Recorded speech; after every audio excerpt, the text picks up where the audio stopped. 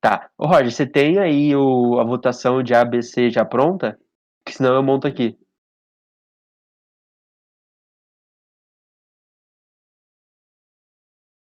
Tá, manda pra mim. Já pode mandar da primeira. Tá, eu vou seguir a linha de raciocínio. Nossa, passaram 12 minutos da gente conversando, mas tá. Eu vou seguir a linha de raciocínio da aula de química. A questão tá ali, eu vou ler, aí o Roger vai mandar a pesquisa e vocês voltam, tá? E depois a gente discute o porquê disso. Vamos lá, essa é da Mackenzie. Uma mesma quantidade de calor é fornecida a massas iguais de água e alumínio inicialmente à mesma temperatura, tá? A temperatura final do corpo de alumínio é maior que a da água, pois o alumínio tem. E aí, suas, seus chutes. Por favor, pode votar. Uma pessoa votando a B. Pode votar sem medo. Eu não vou ver quem tá chutando ou não. E qual a alternativa? Letra B. Tá todo mundo esperando votar pra ver o que deu, né? Vocês são ligeiros. Tá top, então. Galera, quem votou na letra B acertou, tá? Ah, vocês têm um gabarito, eu sou muito tonto. Tipo, é só olhar o gabarito, mas não façam isso. Eu vou começar a explicar, então. Vamos lá. O exercício fala, eu acho o importante mesmo é entender o que o exercício fala, que é o que foi que alguém falou que estava com dificuldade ali em cima, e eu tento sempre esquematizar. É, sim, sim. Tento sempre esquematizar. Então, sempre meus slides têm um desenho. Eu entendo muito mais com desenho. Hoje eu fui até explicar física para minha prima, que tem 15 anos, e tipo, ela não desenha nada. Eu falei, você tem que começar a desenhar e esquematizar o exercício que ele vai ficar mais fácil. Então vamos lá. O que, que o enunciado fala? Ele que eu tenho aqui, eu tenho massas iguais de alumínio e água e alumínio à mesma temperatura. Então eu tenho um recipiente onde eu tenho uma massa de água e outro recipiente que eu tenho uma massa de alumínio, certo? E inicialmente eles estão à mesma temperatura. Então é isso que eu quis dizer. Eu tenho um recipiente com água, um recipiente com alumínio, aonde eles estão à mesma temperatura. Então, sei lá, eles estão a 0 graus, eles estão a 10 graus, mas os dois estão na mesma temperatura que eu chamei de T0, tá? Independente do que é. E ele fala que é fornecida uma mesma quantidade de calor. Então, por exemplo, eu coloco esses dois recipientes em duas bocas de fogão com a mesma quantidade de gás saindo. Então, eles vão estar recebendo a mesma quantidade de calor, tá? E o que ele fala? Que a temperatura final do corpo de alumínio é maior que a da água. Ele quer saber por que o alumínio tem isso. Então, eu coloquei na boca do fogão, vai passar um tempo e a massa de água vai estar numa temperatura final e a massa de alumínio vai estar numa temperatura final de alumínio. Só que a temperatura final do alumínio é maior que a temperatura final da água, onde a quantidade de calor e a massa são iguais. Então, galera, nesse exercício, o que a gente vai olhar? A gente vai olhar na nossa fórmula de quantidade de calor. Pelo menos eu gosto de fazer assim. Eu olho a fórmula e vejo por que isso acontece, tá? A nossa forma, se a gente comparar, a quantidade de calor e a massa são idênticos para os dois casos, tanto para o alumínio quanto para a água, tá? Então eu posso passar dividindo e chamar calor dividido por massa por uma constante qualquer, porque isso não muda. Se eu aumentar o calor em um, vai aumentar para outro, se eu aumentar a massa de um, vai aumentar a massa de outro, porque eles falaram, o exercício falou que é igual. Então me sobra que calor específico sensível é vezes a variação de temperatura, tem que me dar uma constante para os dois casos, tá? E isso, quando é uma multiplicação, elas são grandezas inversamente proporcionais. O que isso quer dizer? Que quanto maior a variação de temperatura, menor é o calor específico da substância. E como a variação do alumínio foi maior, porque a temperatura final for maior, ele apresenta um menor calor específico. Então, o calor específico sensível do alumínio é menor que o calor específico da água, galera. Letra B. É, a gente pode pensar que o calor específico ele funciona como se ele tem um alto calor específico, ele não varia tanto a temperatura. Você pode interpretar desse jeito. Mas eu prefiro sempre partir da fórmula e olhar a fórmula para chegar numa conclusão, porque às vezes no exercício, a fórmula está no formulário do vestibular. Então isso já me dá tipo, eu não preciso decorar todas todas essas relações. Eu posso olhar a fórmula e falar, se minha variação de temperatura foi alta é porque meu calor específico é baixo. Se a substância, um corpo tem calor específico alto, ele vai variar pouco a sua temperatura quando eu forneço calor a uma determinada massa, tá bom? Todo mundo entendeu?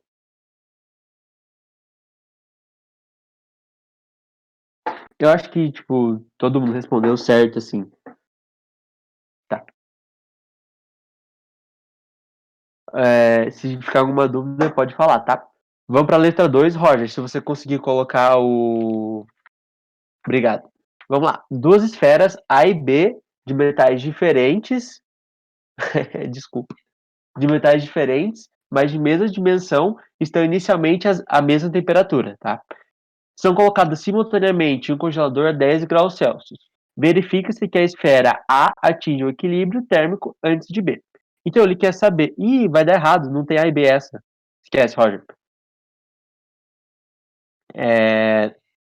O que podemos afirmar da capacidade térmica de A em relação a B? E o que podemos afirmar em relação aos calores específicos? Eu vou explicar essa já direto, porque ninguém, acho que o pessoal não tinha feito, e não vai ter como votar, tá? Mas aí o resto eu prometo que vai ter votação aí. Galera, vamos lá. Primeira coisa é esquematizar o exercício, tá bom? Então vamos lá. Eu tenho. Oxi. Aí, foi. Eu tenho duas esferas, então eu tenho um objeto A, um objeto B, que tem mesma dimensão. Então, vamos lá, eu tenho um corpo de...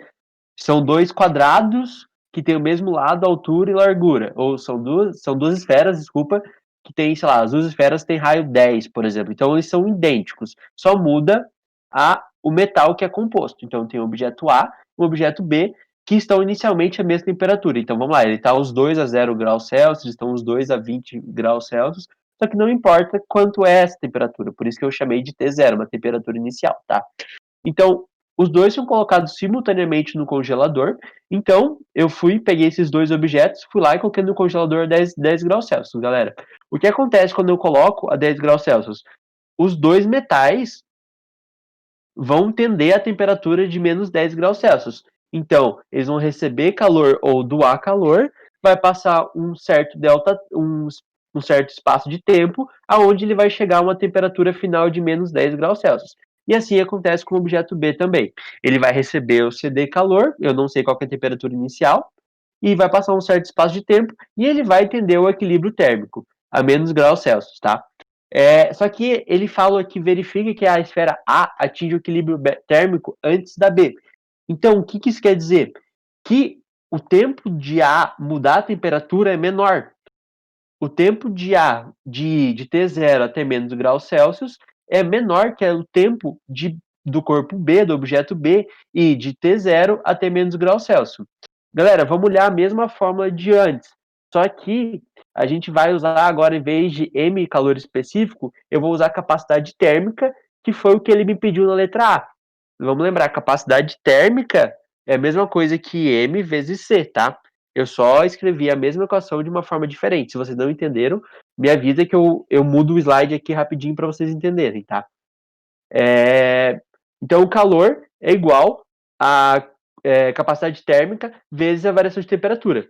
Mas para os dois casos, o calor é o mesmo, né? Porque eles vão sair da mesma temperatura inicial e vão para a mesma temperatura final. Então, estão no mesmo congelador no mesmo tempo. Então, o calor é constante. E o que a gente pode ver é que, de novo, eles são inversamente proporcional. Se eu aumento a minha, a minha capacidade térmica, eu diminuo minha variação de temperatura. Ou, se a minha variação de temperatura é grande, o objeto, tem uma baixa capacidade térmica. Então tá, mas o exercício não fala nada sobre variação de temperatura. A variação de temperatura é igual para os dois casos. E como que eu vou implicar isso na capacidade térmica? Eu vou implicar pela variação de tempo. Como o objeto A demora menos para atingir menos 10 graus Celsius, ela tem mais facilidade de variar a temperatura. Então, ela vai apresentar uma temperatura mais rápida. Só que quando ele apresenta uma temperatura mais rápida, ela tem mais facilidade de variar a temperatura, ele vai ter uma menor capacidade térmica. Porque capacidade térmica também, não fala no vídeo, mas tem algumas apostilas, é também definido como a robustez de um corpo. Então, se ele tem alta capacidade térmica, ele não vai variar tanto a temperatura, porque o corpo é robusto termicamente falando. Se ele tem uma baixa capacidade térmica, se ele tem uma baixa capacidade térmica, ele é, ele não é tão robusto e ele vai variar muito a sua temperatura. Então, como o corpo A varia muito rápido a temperatura, não muito rápido, mas mais rápido que o corpo B, a capacidade térmica de A é menor que a capacidade térmica de B, porque ele vai apresentar uma variação de temperatura mais rápida, ele varia mais fácil a temperatura. Se ele varia mais fácil a temperatura, ΔT é maior, capacidade térmica é menor, tá? E aí na letra B, agora ele quer a relação do calor específico. E a gente tem que lembrar qual que é a fórmula de calor específico. Calor específico é capacidade térmica dividida por massa. Eu deixo de ver o objeto e eu começo a ver o material, porque eu divido pela unidade de massa. Eu estou vendo o material que ele é feito. Então eu estou comparando o material ouro com o material alumínio. Estou comparando o material, sei lá, cobre com o material aço. Eu não estou vendo o corpo, eu estou vendo o material que é feito o corpo, tá? E aqui, a única coisa que a gente pode falar é que a capacidade térmica de A é menor que B. Só que a gente não sabe nem nada sobre a massa. Ele não falou. Por exemplo, ele não falou nada sobre densidade do material, ele não falou nada. Então a gente não sabe nada sobre a diferença de massa entre eles. Então pode ser que a massa de B seja menor, seja maior que a massa de A e o calor específico de A seja maior que B. Então eu não posso afirmar nada porque eu não tenho nenhuma informação sobre a massa. Tudo depende da massa do corpo, porque aqui eu estou olhando o material e não um corpo, tá? Um macetezinho é que capacidade térmica é corpo, calor específico é material, tá? Todo mundo entendeu? Foi bastante coisa, tá? Mas deixa eu ver se ficou claro ou se restou alguma dúvida.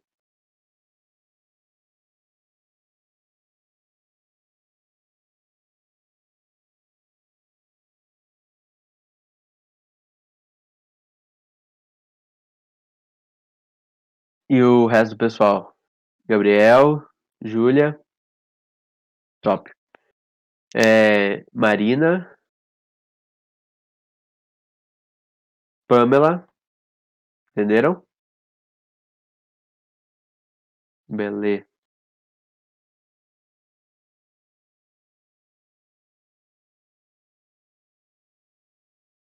É, o resto do pessoal, se não entendeu, me chama no WhatsApp depois, que eu explico de novo, ou me avisa aqui que eu volto, tá?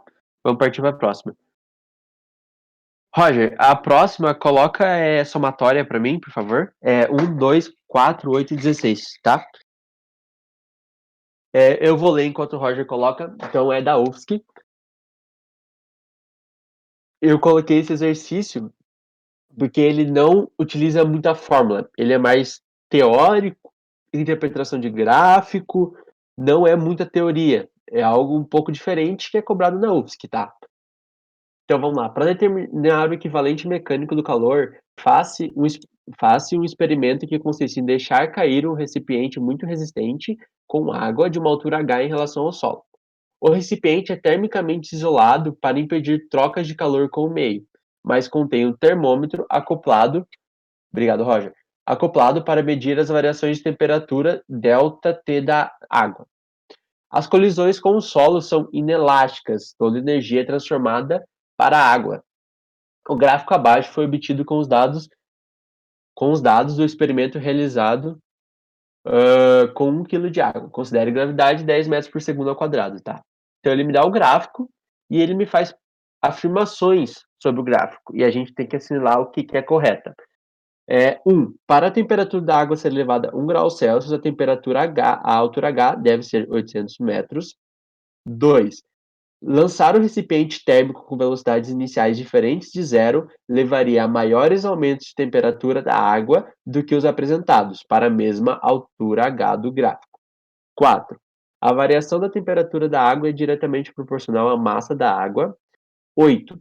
Perdas na forma de energia sonora poderiam ser consideradas no exemplo. E 16, o equivalente mecânico do calor obtido a partir do gráfico é de 1 caloria. Podem votar. Enquanto vocês votam, eu vou tomar um golinho de água.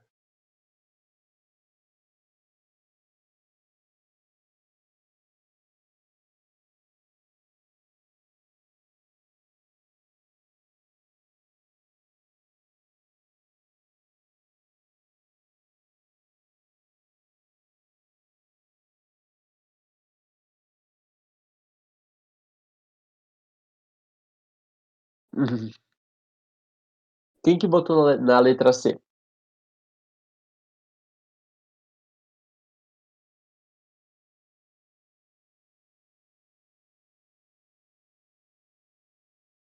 Então tá bom, não quer se pronunciar. Fiquei triste. Mas vamos lá, eu vou explicar. A maioria do pessoal que votou, eu não sei, eu espero que tenha entendido, assim. Mas, que foi, Roger?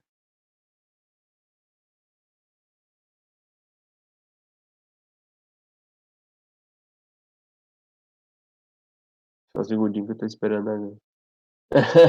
Não, eu queria que falasse. Queria que a pessoa se pronunciasse e conversasse comigo. Mas eu vou explicar, tá, galera? Então, primeiro, a gente tem que contextualizar o. Ah, você quer tentar explicar depois? Você quer tentar explicar por que que você votou na letra C, antes de eu começar?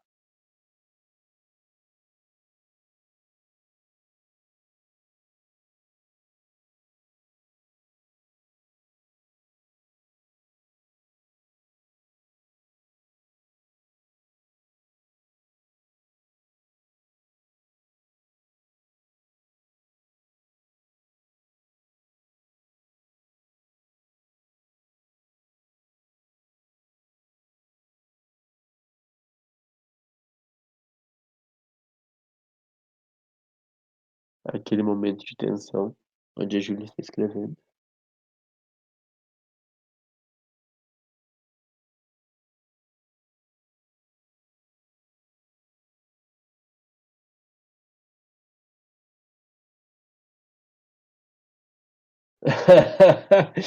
Ah, tá bom, eu vou começar. Tudo bem, sem problema. A gente vai acostumando com o Discord também, eu apanhei no começo. Então, galera, o primeiro que eu sempre faço é entender o exercício, tá? Então, vamos lá, eu tenho um recipiente de água e ele é termicamente isolado, então ele não permite trocas com o meio externo. Toda a temperatura, toda ganho de energia é voltado para aquecimento, para agitação das moléculas, tá? E dentro desse recipiente de água super resistente, eu vou ter um termômetro que vai medir a temperatura da água aqui dentro. E ela é composta por 1 quilograma de água e a gravidade atua com 10 metros por segundo ao quadrado. Foi isso que eu tirei do exercício. E o que consta o experimento? O experimento é largar esse recipiente de água a uma altura H do solo e ver quando ele cai. Quando ele cai, como é uma colisão inelástica, ele cai e para.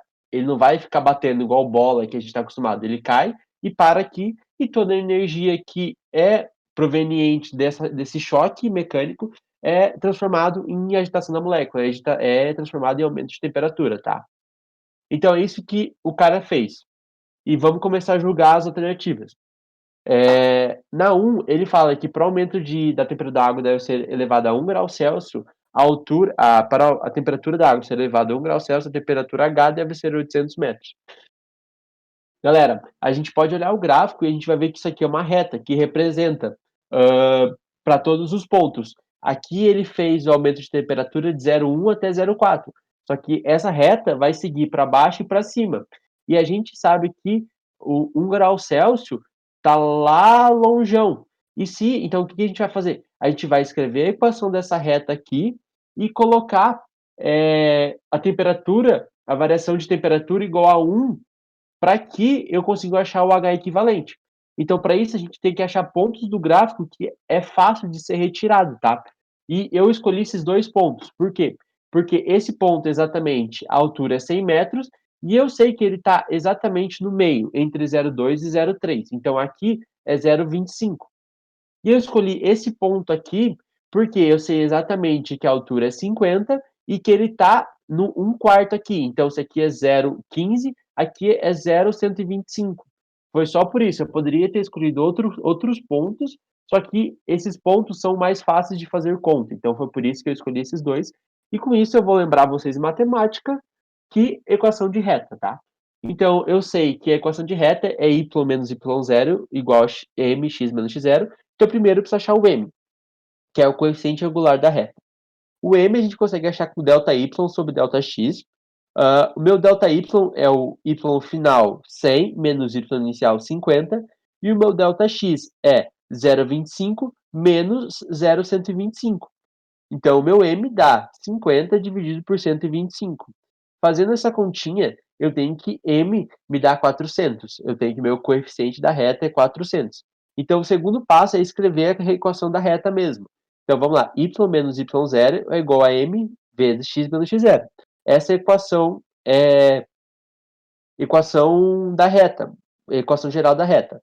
Aonde o eixo y é a variável h, por isso que foi trocada, e o eixo x é variável ΔT. Então foi o que eu escrevi. Aí eu peguei o ponto 100 e 0,25, eu poderia ter pego o outro ponto, eu peguei esse por, sei lá, porque eu estava afim. Então, o y virou h, porque está no eixo y, menos 100 desse ponto aqui, é igual m, que é 400, que a gente descobriu, vezes ΔT, que é o eixo x, menos 0,25, que é esse ponto aqui, tá?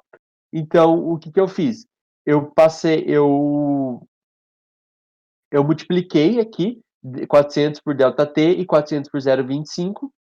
O 400 por 0,25 me dá 100. Então, eu já cortei esse 100 com o 100 desse lado. Então, só sobra aqui. H é igual a 400 vezes ΔT. Eu pulei esse passo para ficar mais curto, sabe? Então, o que eu quero saber é a altura quando o ΔH foi 1 grau Celsius. Então, eu coloco ΔT igual a 1. A altura me dá 400 metros. Faltou unidade aqui. 400 metros, tá? Eu já vou colocar aqui para eu não esquecer. 400 metros. E ele me falou que a altura deveria ser 800 metros. Então tá errado a alternativa 1. E com isso a gente pode passar para 2, tá? Aqui eu copiei o desenho para todo mundo conseguir lembrar o que é o exercício. E na 2, vamos lá. Lançar o recipiente térmico com velocidades iniciais diferentes de zero levaria maiores aumentos de temperatura da água do que os apresentados, para as mesmas alturas h do gráfico. Galera, vamos pensar. Eu estou na mesma altura e eu solto, a velocidade inicial é zero. Mas se eu estou na mesma altura e eu empurro o recipiente para baixo, eu estou dando uma energia inicial, não estou? E lembra que toda energia que ele acumula no caminho é transformada em energia térmica, energia de vibração das moléculas. Então, quanto mais energia eu dou no começo, maior vai ser a elevação de temperatura que ele vai ter no choque. Então, a letra 2 está certo, tá? Porque quando o recipiente é solto, a velocidade inicial é zero. Quando a velocidade é maior que zero, ele já vai partir com uma energia maior. Só que essa energia está armazenada em forma de velocidade. Então, ele tem uma velocidade inicial. Quando vai ocorrer o choque, o corpo vai absorver a energia que normalmente ele já absorveria, e mais toda essa energia na velocidade que foi dada ao corpo. Então, o ΔT será maior para a mesma temperatura, e a número 2 está certa, tá? Vamos para 4. A variação da temperatura da água é diretamente proporcional à massa d'água. Galera, esse exercício muita gente deve ter colocado como verdadeiro e é falso. A massa não influencia na variação de temperatura. Quando a gente está no vácuo, alguém me lembra no WhatsApp depois de mandar um experimento no WhatsApp do grupo, que eu vou mandar, que eles fazem um vácuo, soltam uma pena e acho que uma bola de boliche. E eles chegam no chão ao mesmo tempo. Porque quando a gente vai estudar movimento vertical na física a massa nunca entra nas fórmulas, tá? A velocidade não é influenciada. Então, por isso que a massa de água não vai variar diretamente proporcional à variação de temperatura. A única informação que a gente tem é que a altura é diretamente proporcional à variação de temperatura, tá? Que é o que o gráfico me afirma que é uma reta entre altura e variação de temperatura. A8. Perdas na forma de energia sonora poderiam ser consideradas no experimento. Galera, ele fala sobre não perder energia para fora, não perder calor para fora, que é resistente. Ele vai falando, mas ele nunca fala de som. E isso é fato. Por exemplo, o nosso carro, ele perde muita energia em forma de som, porque ele faz muito barulho. Por exemplo, o carro a diesel que faz muito barulho, muita da energia que poderia ser transformada em potência na hora de acelerar, está sendo perdida em função de barulho. Não sei se vocês já viram carro elétrico. Carro elétrico, a eficiência do motor elétrico chega a 95, 98% na conversão. Então, sei lá, 98% de energia elétrica que eu coloco é gerado velocidade, é convertido em velocidade, em torque, em potência. Já em carro que a gente tem, a eficiência dos motores são perto de 20%, 24%. Então, se eu coloco do 100% de gasolina que eu coloco, apenas 24% está sendo transformado em velocidade ou torque, por exemplo. O resto está sendo tudo perdido em som, calor, porque motor a combustão esquenta muito. Então, ele poderia sim ter levado com consideração energia sonora no experimento. E se isso fosse considerado, o corpo esquentaria menos do que ele esquenta se você desconsiderar essa parte, tá? Então, quando há barulho, perde-se energia. Se perder energia em forma de som, a água tem menor variação de temperatura. Tá certa 8, tá? A 16 o equivalente, essa é bem confusa. O equivalente mecânico do calor obtido a partir do gráfico é de 1 caloria. Se ele não desse esse 4 joules, a gente calcularia alguma coisa. Mas você pensa, 1 caloria igual a 4 joules, deve estar certo. Só que não é isso que ele pede, ele não quer essa equivalência. Ele quer o equivalente mecânico do calor, ele quer quanto de calor foi liberado a partir do gráfico. E com isso a gente vai usar a nossa formulazinha do que macete. O calor liberado é massa vezes o calor específico sensível vezes a variação de temperatura. E aqui a gente tem todos os dados. A gente está em um experimento de 1 kg, só que a gente tem que lembrar que o calor específico sensível está em gramas. Então, 1 kg são 1000 gramas, que foi o que eu coloquei aqui. O calor específico sensível, ele é referência. Lembra lá que ele falou no vídeo que o calor específico da água sensível ele é referência, então por isso que vale 1. E a variação de temperatura, se a gente pegar no gráfico aqui, vou voltar tudo, ele a temperatura final é 0,4 graus Celsius e a temperatura inicial é 0,1. Por isso que aqui a gente tem 0,4 menos 0,1, que é a variação de temperatura. Então, 0,4 menos 0,1 dá 0,3 vezes 1000 dá 300 calorias. E com isso, o equivalente mecânico do calor é 300 calorias e não 1 caloria, tá? Galera, esse é um exercício da UFSC. A parte de fórmula mesmo, de conteúdo, foi só 16, só que ele exige mais raciocínio. Eu gostei muito da questão, foi por isso que coloquei para vocês verem o que a UFSC cobra, porque muitos de vocês devem querer o DESC, então eu vou tentar trazer questões que são cobradas nesses vestibulares, foi por isso que eu coloquei essa questão. Todo mundo entendeu todas ou ficou dúvida em alguma? Ou eu expliquei errado? Pode falar aí.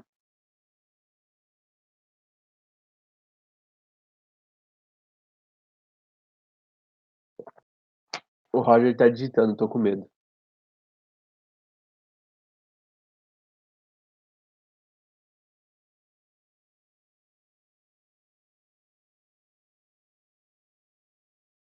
Talvez essa tenha sido pesado, porque ninguém tá falando nada.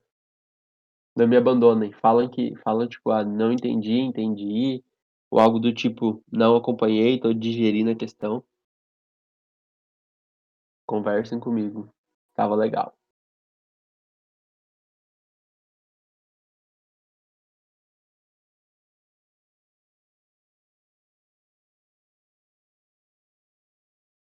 Você me assustou, Roger. E o resto, pessoal? Júlia, conseguiu entender? Marina, Gabriel?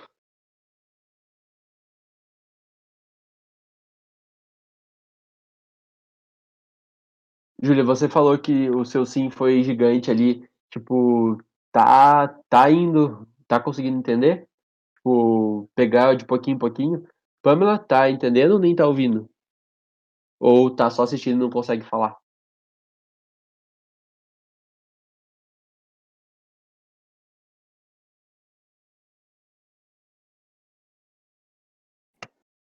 Então, galera, eu vou partir pra próxima, que é da Udesc, tá? Roger, joga o negócio aí no grupo e eu vou ler pra vocês. Galera, esse gráfico é muito importante que seja entendido, tá? Eu coloquei isso por causa do gráfico e por ser da Udesc. Vamos lá. O gelo, ao absorver energia na forma de calor, pode ser transformado em água e, na sequência, em vapor. O diagrama de mudança de fase abaixo ilustra a variação de temperatura em função da quantidade de calor absorvido para uma amostra de 20 gramas de gelo. Então, tem o calor aqui no eixo X e tem temperatura variando ou sendo constante no eixo Y. E ele pede para a gente afirmar o que é verdadeiro e o que é falso. Tá? Com relação às mudanças de fase dessa amostra de gelo, analisa as proposições. 1. A temperatura do gelo variou linearmente ao longo do tempo, ao longo de todo o processo de mudança de fase. 2. A amostra de gelo absorveu 19.000 calorias para se transformar em água a 4 graus Celsius. 3. A amostra de gelo absorveu 3.000 calorias para se transformar em água a 0 graus Celsius e 20.000 calorias até atingir 100 graus Celsius. E 4. Durante o processo de vaporização foi absorvida uma quantidade de calor 6,75 vezes maior que a duração do processo. A A me fala que apenas 1 e 3 são verdadeiras, a B, a 2 e a 4, a C, a 1, a 3 e a 4, a D, a 3 e a E, a 2. Votem. Está aberto o período de votação. Vocês têm apenas 20 segundos para votar. Brincadeira, pode votar, galera.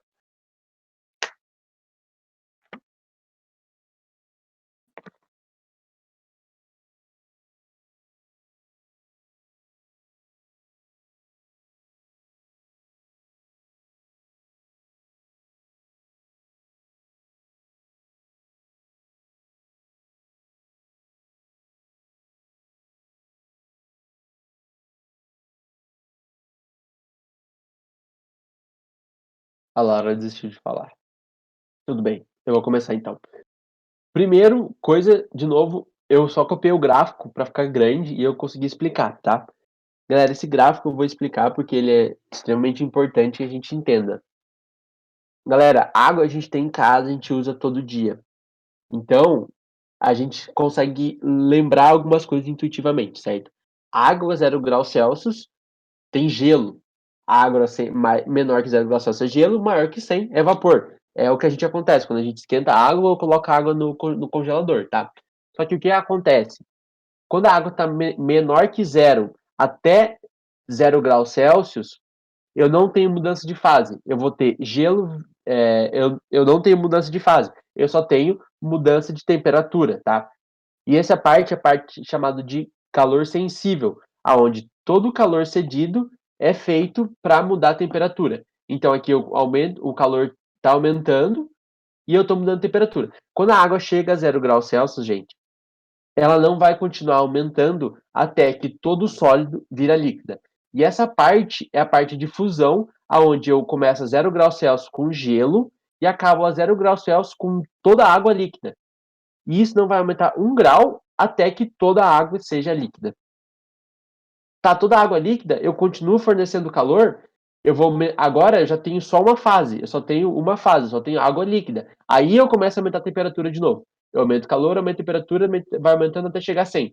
Chegou a 100, eu tenho vaporização, a água vai virar vapor. E de novo, quando tem mudança de fase, a temperatura é constante. Então, começa com água líquida a 100 graus Celsius, vai até vapor a 100 graus Celsius, depois que toda a água líquida virou vapor, o vapor começa a esquentar, começa a aumentar a temperatura. É muito importante isso, esse gráfico.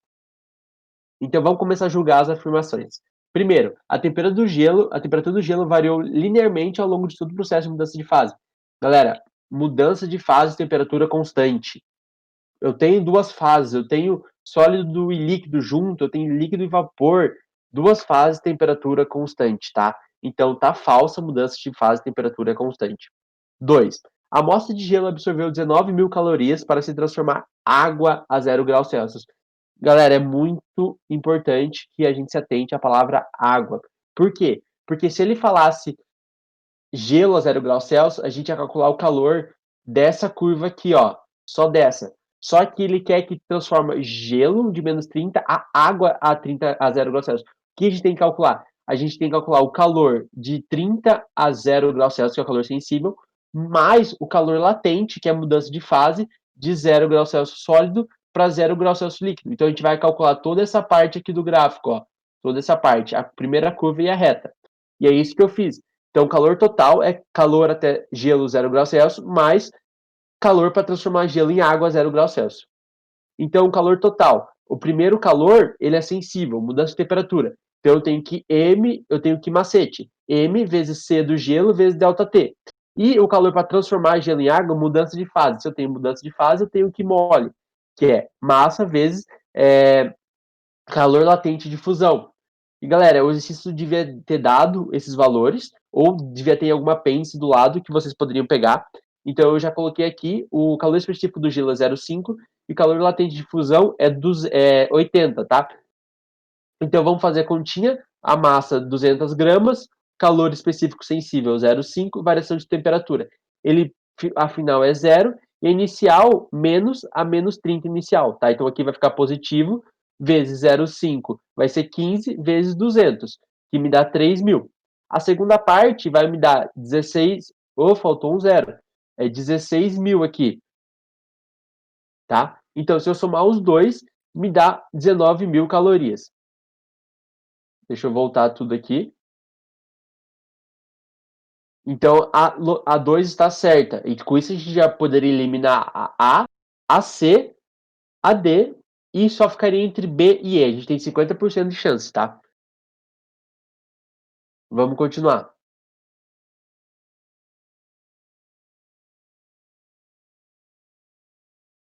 Tá, quais informações? Do calor específico e do calor latente de fusão? Tá. A massa ele me deu porque ele me falou que é 200 gramas de gelo, tá? O calor específico do gelo eu procurei no Google, porque o vestibular tem que te dar. Você não é obrigado a decorar esse valor. Ele não deu, mas ele poderia ter dado em um apêndice que tem no vestibular, ou ele poderia ter dado em algum outro lugar, mas vai estar no vestibular esse valor, tá? E variação de temperatura eu peguei do gráfico. Ele parte de -30 e vai até 0 graus Celsius sólido. Por isso que a minha variação de temperatura é temperatura final zero menos temperatura inicial -30. Essa parte, por isso que ficou assim, tá? A massa, de novo, 200 gramas de gelo ele me deu no exercício, e o calor latente de fusão, eu peguei no Google também, porque o exercício, a resolução, o vestibular tem que te dar esse valor, você não é obrigado a decorar. Esse 80 eu peguei do Google, tá? Ficou mais claro?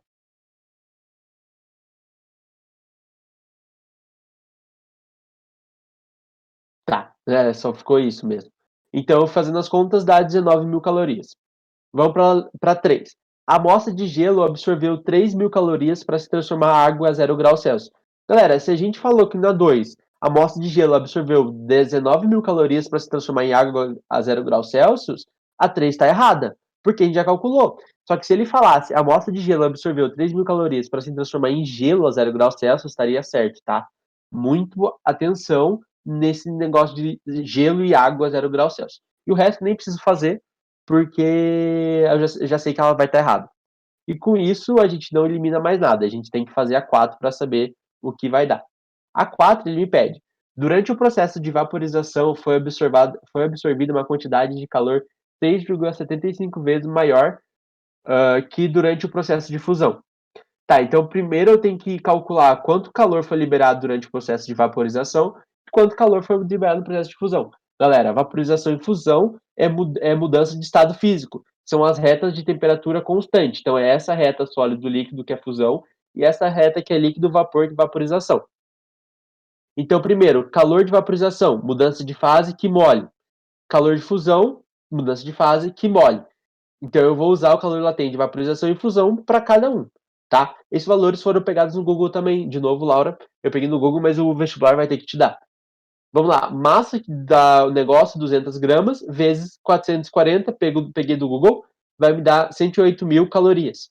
Calor de fusão, 200 gramas do exercício, vezes 80, pegado do Google, me dá 16 mil. Agora ele quer saber, durante o processo, foi uma quantidade de calor 6 vezes maior. Então, para eu descobrir isso, eu tenho que dividir o calor de vaporização pelo calor de fusão. E eu tenho que dividir os dois valores, para eu saber quantas vezes maior é. Fazendo essa conta, eu tenho que calor de vaporização dividido pelo calor de fusão é 6,75, ou seja, 6,75 vezes maior. Por isso, a 4 está certa e a resposta certa é a letra B. Todo mundo entendeu?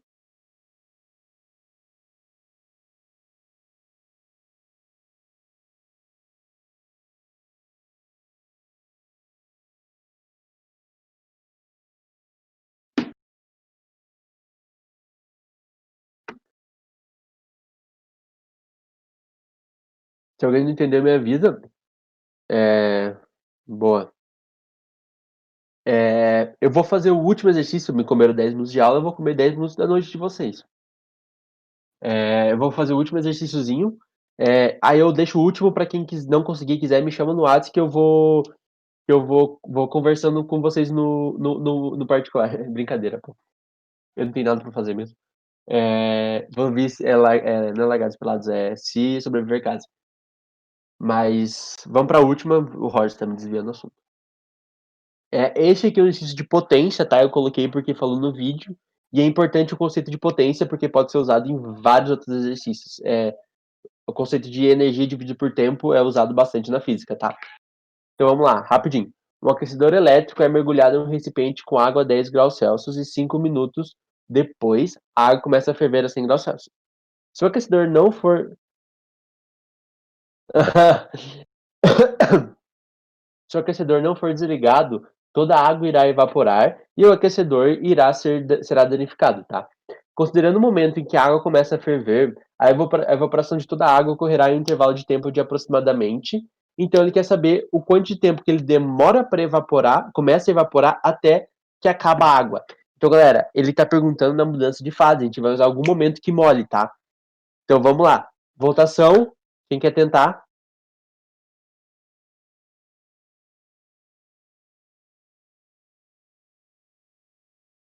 Ninguém quer tentar, Roger.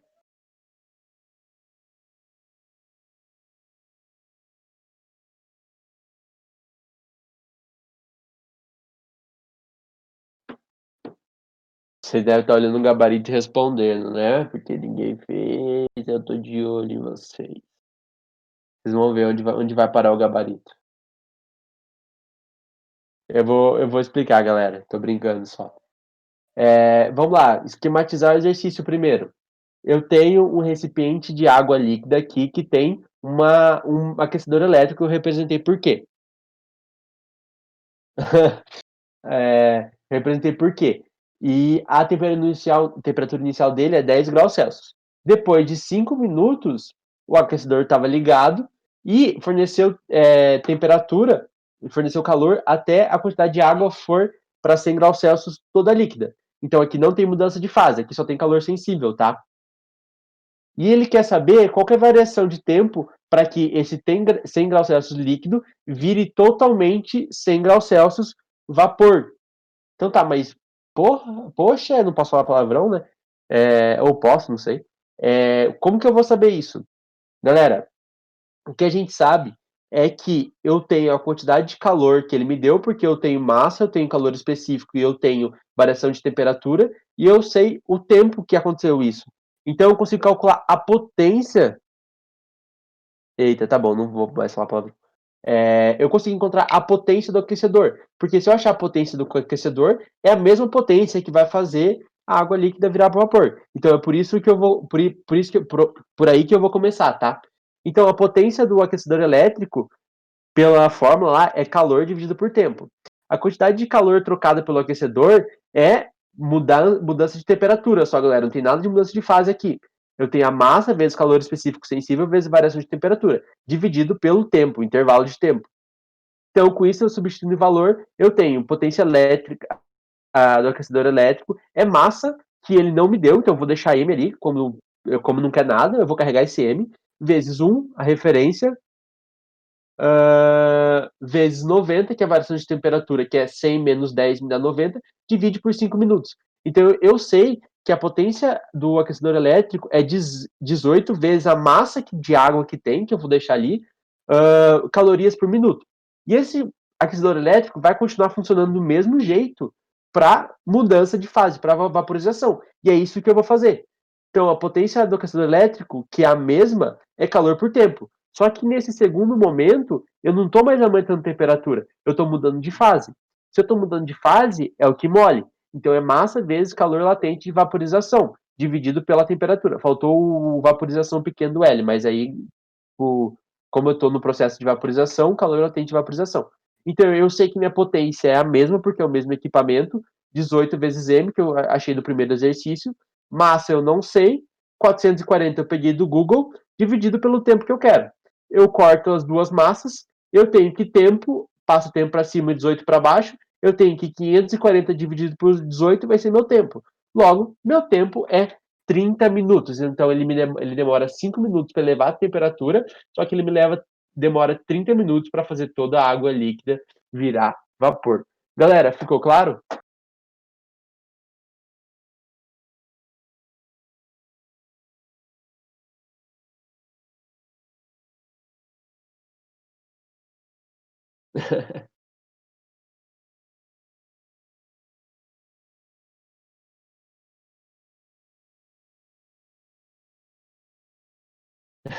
Eu vou votar no sim.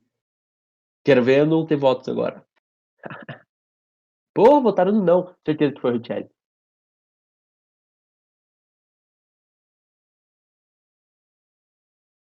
Gabriel, eu consigo ver que era você, rapaz. Desculpa, Richelli. Foi em vão esse xingamento. Galera, faltou um exercício, mas já são 9 e 6. Eu acho que vocês estão cansados. Quem quiser resolver o exercício, quem não conseguiu e quiser resolver o exercício 6, me manda mensagem no WhatsApp, está lá na primeira aula de Física A, que eu respondo, eu vou ajudando cada um individual nas dúvidas, tá? Pode ficar à vontade, eu vou responder hoje ou amanhã, mas eu só quero jantar que eu tô com fome.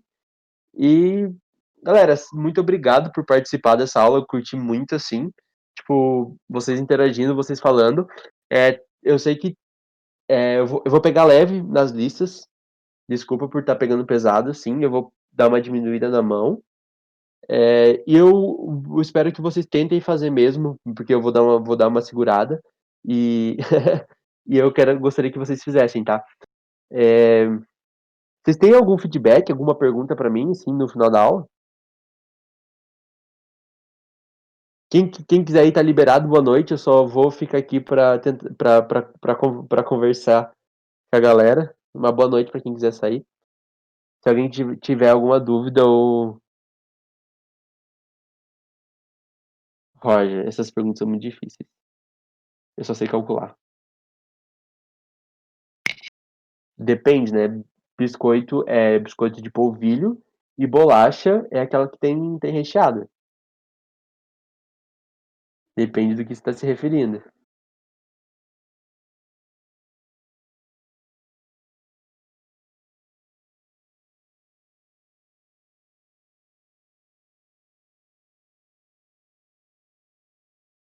Que bolacha pra tudo, sai daí, mano.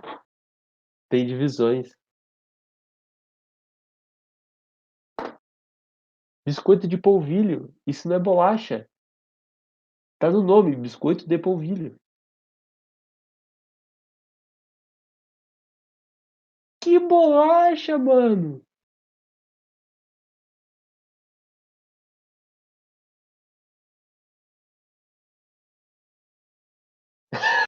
Roger, você é um gênio, cara, eu te amo.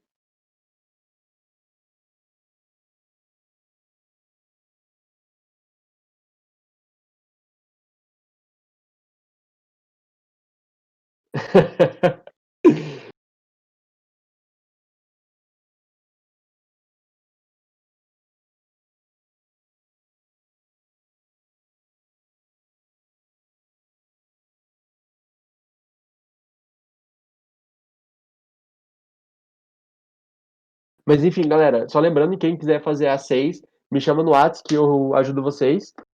Uma boa noite, aproveitem a sexta de vocês. É, não saem de casa, coronavírus, mas aproveitem aí esse seriado, façam alguma coisa, estudem e fiquem bem. Espero ter ajudado vocês.